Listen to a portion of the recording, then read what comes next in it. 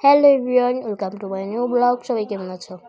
আজকে আমি বাসায় বানাচ্ছি মোগলাই। আর এর জন্য অনেকগুলো ডিম ফেটিয়ে নিয়েছি, আর তার সাথে পেঁয়াজ কুচি অ্যান্ড মরিচ কুচি মিশিয়ে নিলাম। এখন আমি আটাগুলোকে কিন্তু একদম গোল গোল করে রেখে দিয়েছি। মোগলাই বানানোর জন্য যেভাবে শেপ দিতে হয় ওইভাবে বানাতে হবে, ভিতরে ডিম দিয়ে। আর এখানে আমি ভেজে নিচ্ছি ডিমের চপ। একদম ভরপুর ডোবা তেলে ভাজছি ডিমের চপ।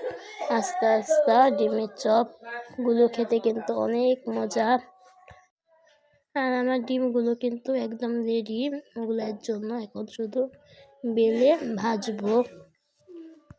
আর চপগুলো কিন্তু হয়ে গেছে, আর কয়েকটা বাকি আছে ভাজা। আর এদিকে এখন মোগলাই ভাজা শুরু করব। তো এই তো মোগলাই আমি চুলায় দিয়ে দিয়েছি। তোমাদের বেলা দেখাতে পারলাম না আসলে ব্যস্ততার কারণে।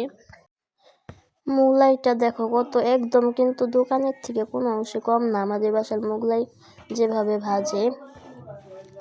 তো এখন মোগলাইগুলোকে পিস পিস করে কাটা হচ্ছে, যেভাবে যে কাটে।